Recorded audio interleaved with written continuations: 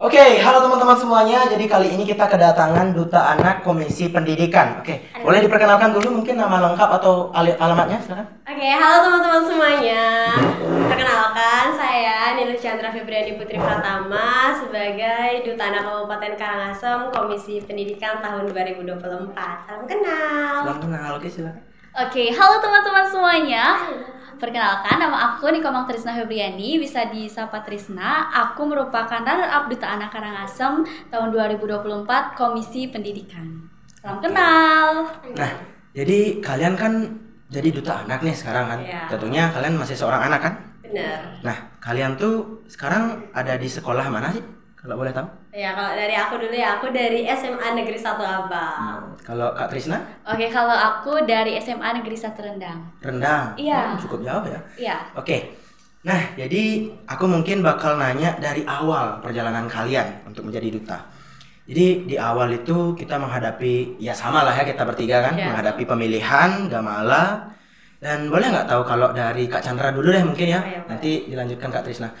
Nah, pendaftarannya itu Kak Chandra emang daftar sendiri atau didaftarin sama sekolah? Oh ya, kebetulan dulu aku tuh didaftarin sama sekolah. Jadi sekolah itu mengumpulkan siswa-siswi berprestasinya, lalu kayak diminta datanya untuk mau ya ikut pemilihan Duta Anak. Jadi kayak karena tertarik mencoba untuk mengikuti pemilihan Duta Anak Gitu, berarti didaftarin sekolah. Iya, Kalau Kak benar. Trisna sendiri gimana? Oke, kalau dari aku sendiri sih kurang lebih sama kayak Kak Chandra, itu didaftarin dari sekolahnya sendiri, dan itu juga ngurus-ngurusnya selain dari sendiri juga dibina dari sekolah.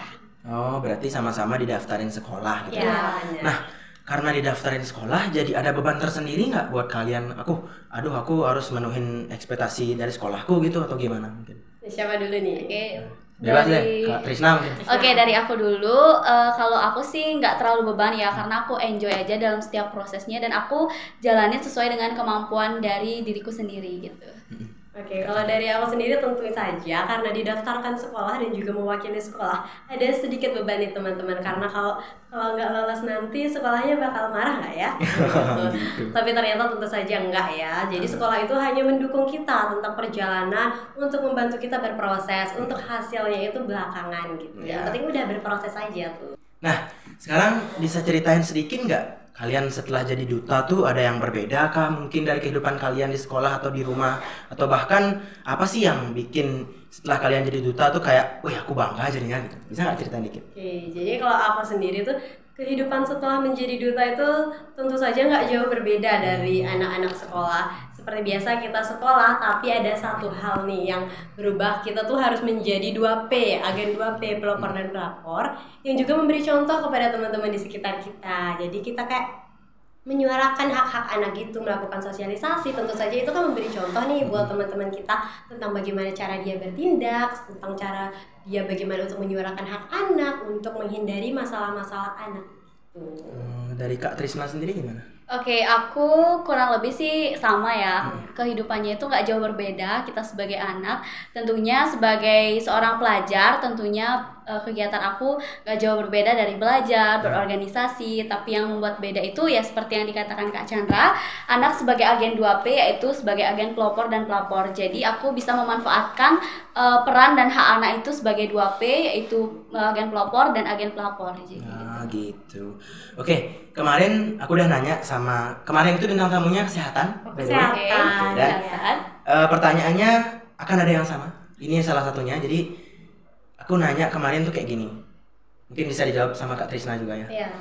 Ada yang beda nggak sih? Kalian kan Kak Chandra jadi duta, Kak Trisna jadi runner up. Ada yang beda nggak sih dari tugas kalian sendiri dari runner up dan juga duta itu? Gimana Kak Trisna? Oke, jadi dari tugasnya itu dari duta dan runner up itu nggak jauh beda. Kita sama-sama, sebenarnya kita bisa dibilang duta juga ya bersepuluh, tapi cuma bedanya yang duta anaknya ini tuh dia pergi ke MAB. MAB itu? MAB itu Mimbar Anak Bali. Oh berarti yang diceritain kemarin tuh ya yang yang Mandari. Iya, Mandari kan yang- jadi. iya, Mandari. Kita belum sempat sih ngobrol, nanti next mungkin sama Mandari. Oke, lanjut. Setelah jadi duta ada kebiasaan khusus nggak kayak setelah jadi duta aku harus lebih gini atau aku harus ngelakuin ini gitu? Mungkin dari Kak Chandra? Oke, kalau dari aku sendiri setelah jadi duta tuh kayak lebih memperhatikan tentang masalah anak-anak ya. Kayak apalagi aku di sekolah nih pasti pendidikan kan, komisi pendidikan pasti memperhatikan gimana sih sekolahku, apa sih masalahnya. Jadi kayak waktu ini nih sempat ngelihat kayak oh ada pernikahan dini ternyata di tetangga sekolah gitu. Berarti kan. di Abang? Ya di Abang gitu kayak oh ada pernikahan dini, berarti koreksi diri dong sebagai duta kayak oh berarti harus diadakan inisiasi tentang pernikahan dini atau mengapa putus sekolah. Jadi supaya untuk menghindari permasalahan-permasalahan itu semakin besar gitu. Oke, kalau dari Kak Trisna? Oke, jadi selama jadi duta itu aku ada yang beda tentunya, lebih kepeka terhadap permasalahan yang ada di sekitar. Tentunya dalam komisi aku kan komisi pendidikan, terus selalu berhubungan kan tentang hal-hal yang di pendidikan. Kebetulan aku juga seorang siswa di sekolah, terus aku juga lebih memperhatikan apa saja sih, apakah ada permasalahan di sekitarku, terus apakah ada tindakan bullying seperti pernikahan dini, putus sekolah, itu permasalahan-permasalahan di sekitar pendidikan. Jadi kalau misalnya ada permasalahan, kita sebagai duta bisa bertindak untuk membuat kegiatan inisiasi mengatasi permasalahan tersebut. Oke, berarti sebenarnya lebih ke arah tugas kalian aja yang makin bertambah gitu ya. Menjalankan tugasnya. Nah, kemudian sekarang mungkin kita akan mengulik lebih lanjut tentang permasalahan ya, karena FYI aku sebenarnya dulu milihnya di komisi pendidikan, jadi aku salah satu komisi sama Kak Chandra dulu. Dan komisi pendidikan dulu pas di Gamala itu ngeri-ngeri banget. Ada aku, Kak Chandra, Mandari waktu itu kan. Mandari, ada Happy, Cynthia, lalu ada Praja sama siapa namanya? Denisa. Ya. Jadi dari komisi pendidikan tuh 3 orang jadi duta, Kak Chandra, Mandari sama aku. Nah, di pendidikan sendiri. Oh ya, kalau Kak Trisna itu dulu di komisi mana ya pas di Gamala? Kalau aku dulu milihnya di komisi PK, tapi sekarang dapatnya di pendidikan. Syukur lah ya setelahnya. Oke. Nah, mungkin kalau gitu dari Kak Chandra dulu deh, karena memang dari awal memilih untuk menjadi pendidikan kan. Nah, apa sih yang Kak Chandra lihat tentang pendidikan tuh, kayak mungkin Kak Chandra udah tahu masalah-masalahnya mungkin atau gimana sebenarnya? Kok bisa tiba-tiba ke Gamala tuh milihnya komisi pendidikan gitu? Oke. Jadi awalnya aku milih komisi pendidikan tuh karena aku sadar sih, karena dari penanaman parenting orang tua ya, kayak pendidikan itu hal utama yang bisa meningkatkan kualitas hidupmu. Jadi semakin tinggi pendidikanmu, semakin besar peluang kerjamu. Jadi dengan karena itu kualitas hidupmu juga bakal lebih baik. Oleh karena itu aku pikir pendidikan itu fondasi utama untuk menumbuhkan anak bangsa ya. Makanya aku milih pendidikan. Oke, kalau dari Kak Trisna gimana? Mungkin pertanyaan sedikit berbeda ya, karena Kak Trisna dulu kan di PK. Setelah di cross, nah gimana perasaannya? Mungkin ada beban kah setelah di cross? Jadi pertama itu kaget ya tentunya, karena kan beda banget yang kita pilih terus kita dapat di pendidikan. Tapi setelah itu aku nggak ada ngerasain beban sih, karena emang aku juga ngerasa bahwa pendidikan itu benar-benar sangat penting untuk masa depan. Pendidikan itu adalah kekuatan yang dimana kekuatan tersebut bisa kita gunakan untuk di masa depan nantinya. Jadi kalau kamu berpendidikan maka masa depanmu pasti bakal terjamin. Oke, bagus. Kemarin tuh Kak Sesa sama Kak Goseka tuh bilang kita udah menjabat selama 9 bulan. 9 bulan ya, benar kan? Ya, 9 bulan kalau nggak salah. Nah, berarti aku akan nanya sama Kak Chandra dulu deh. Selama 9 bulan ini ada nggak permasalahan di pendidikan ya, terutama karena kan kalian di pendidikan sekarang. Nah, ada nggak masalah yang kalian temukan di pendidikan yang benar-benar urgent dan memang kira-kira susah untuk kita tangani gitu? Ada nggak dari Kak Chandra? Kalau dari aku sendiri sih kemarin karena kita udah menjabat 9 bulan ya, jadi udah ada kegiatan inisiasi yang telah kita lakukan nih. Nah, jadi kegiatan inisiasi pertama kita itu menghapus menekan angka putus sekolah. Jadi kegiatan itu tuh karena lagi marak-maraknya angka putus sekolah di Kabupaten Karangasem, khususnya di Kecamatan Abang waktu itu. Jadi kegiatan itu tuh dilakukan supaya mensosialisasikan kepada anak-anak terkait pentingnya pendidikan dan bagaimana pendidikan itu berpengaruh bagi masa depan mereka. Nah, selanjutnya itu ada kegiatan pelita ya, yang kita duta dan runner up-nya itu kayak pentingnya literasi intensif, tumbuhkan anak yang cerdas. Jadi literasi itu merupakan hal yang penting sekali ya. Secara di Indonesia ini tingkat literasinya minim. Jadi dengan memberikan sosialisasi kepada anak-anak SD kayak menumbuhkan tingkat literasi dari anak usia dini dia gitu, supaya dia mau berliterasi sejak dini. Mungkin bisa lanjutkan sama Trisna. Oke, jadi untuk permasalahan selanjutnya itu di pendidikan karakter ya tentunya sekarang banyak sekali siswa yang moral dan etikanya itu tuh belum bagus. Apalagi dulu pernah sekolah waktu ada COVID-19 itu juga sangat berpengaruh bagi karakter siswa. Jadi nanti untuk mengatasi masalah ini kita akan mengadakan kegiatan inisiasi ya. Benar. Berarti akan ada kegiatan lagi. Iya, Nah, itu kita tunggu tunggu ya. tunggu ya Oke. kegiatan pendidikan. Oke, berarti dengan masalah-masalah yang udah kalian bilang kayak tadi, sebenarnya itu tuh pemicunya apa sih? Apa mungkin memang dari pribadi anak-anaknya kah? Atau mungkin ada pengaruh lingkungan kah? Atau mungkin dari pemerintah mungkin yang bisa seharusnya lebih mendorong agar nggak terjadi masalah-masalah yang kayak tadi disebutin?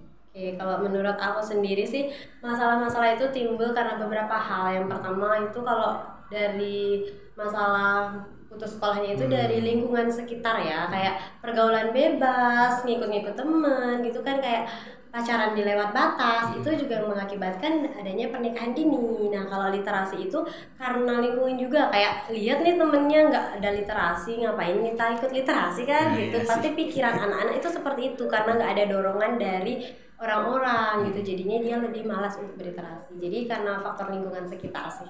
Lingkungan sekitar. Ya. Kalau Kak Trisna? Iya, kurang lebih sama. Jadi faktor dari lingkungan sekitar itu sangat berpengaruh bagi individu. Tentunya itu bakal mempengaruhi banget bagaimana tingkah laku orang lain itu bisa untuk diikuti dari individu itu. Jadi dari pendidikan karakter tentunya itu dari pergaulan. Ya, pergaulan. Ya, tentunya pergaulan. Jadi pergaulan yang nggak baik itu bakal memicu pendidikan karakter yang nggak baik juga. Jadi selain itu ada faktor dari diri sendiri yang mau Kesadaran untuk juga. mengikuti arus pergaulan tersebut dan kurangnya kesadaran.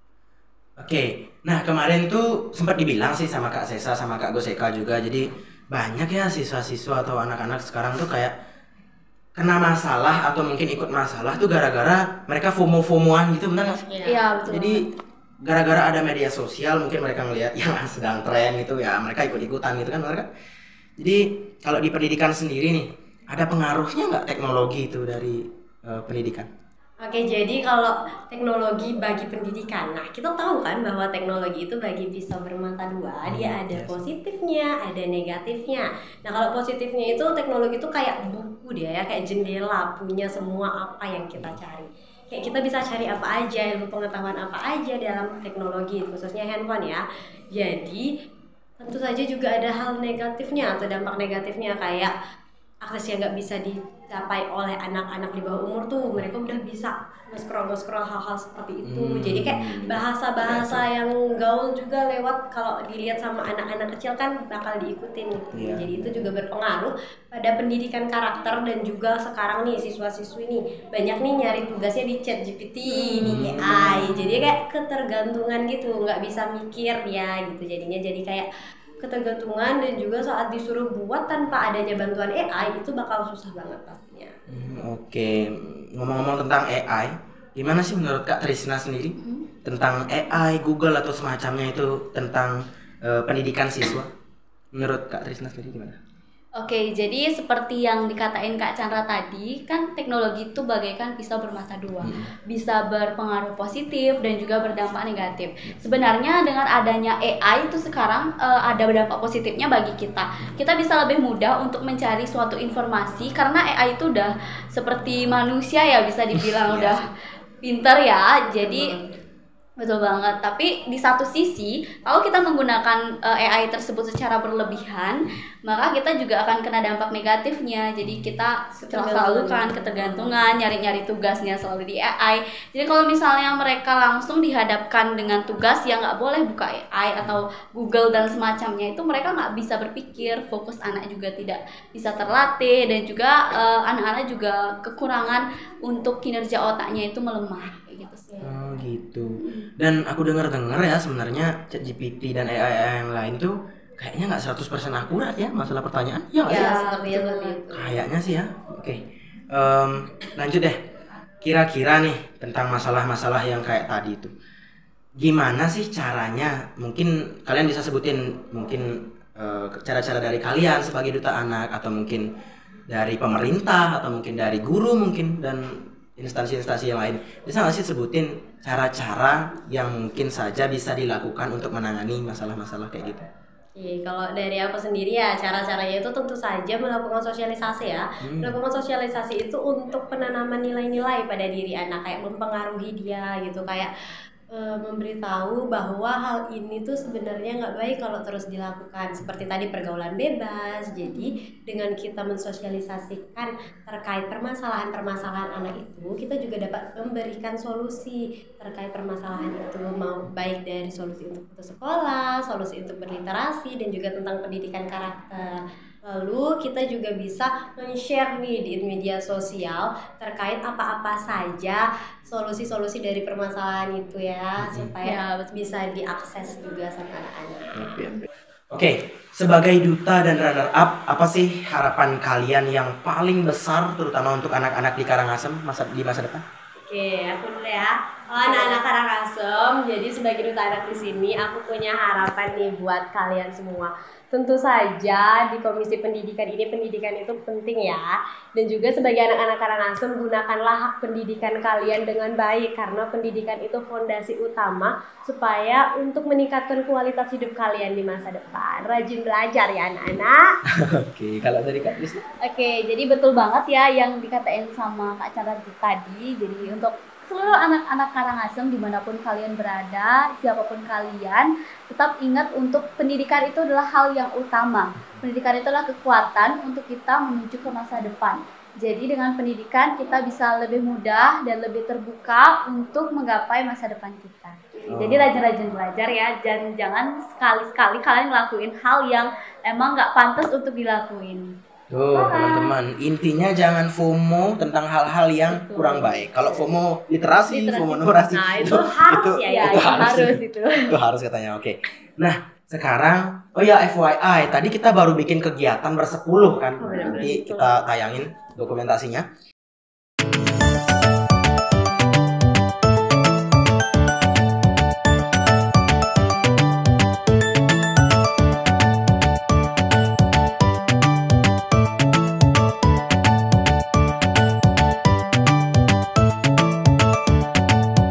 Oke, nah di kegiatan kayak gitu, karena Kak Chandra kan udah bikin inisiasi, terus kalian juga berdua udah bikin inisiasi juga. Ada nggak sih tantangan-tantangan tersendiri ketika semisal kalian menyampaikan materi lah, atau mungkin ketika kalian ke sekolahnya, mungkin ada nggak sih tantangan tersendiri? Jadi tantangan tersendirinya itu di saat kita nggak bisa membuat konsen anak-anak atau fokus anak-anak tertuju pada kita ya. Jadi apalagi tadi tuh cuacanya panas, tempatnya lumayan sempit ya karena ada bus komunikasi sedikit. Jadi untuk membuat fokus anak-anak itu pada materi yang kita sampaikan itu rada berat, soalnya tentu saja mereka lebih tertarik untuk mengobrol sama temannya. Jadi oleh karena itu tantangan yang kita hadapi itu ada di situ. Nah jadi kita tuh harus pintar-pintar nyari perhatian mereka, mengajak mereka biar supaya tertarik sama materinya, buat hasil materinya gitu. Ya biar mereka nggak ngantuk juga. Jadi kita harus pinter-pinter untuk isi ice breaking lah di pertengahan materi, terus berinteraksi sama mereka. Jadi kayak gitu sih tantangannya. Oke. Sekarang kalau ada satu kata yang bisa ngegambarin pengalaman kalian selama 9 bulan menjabat menjadi duta, kira-kira Kak Trisna?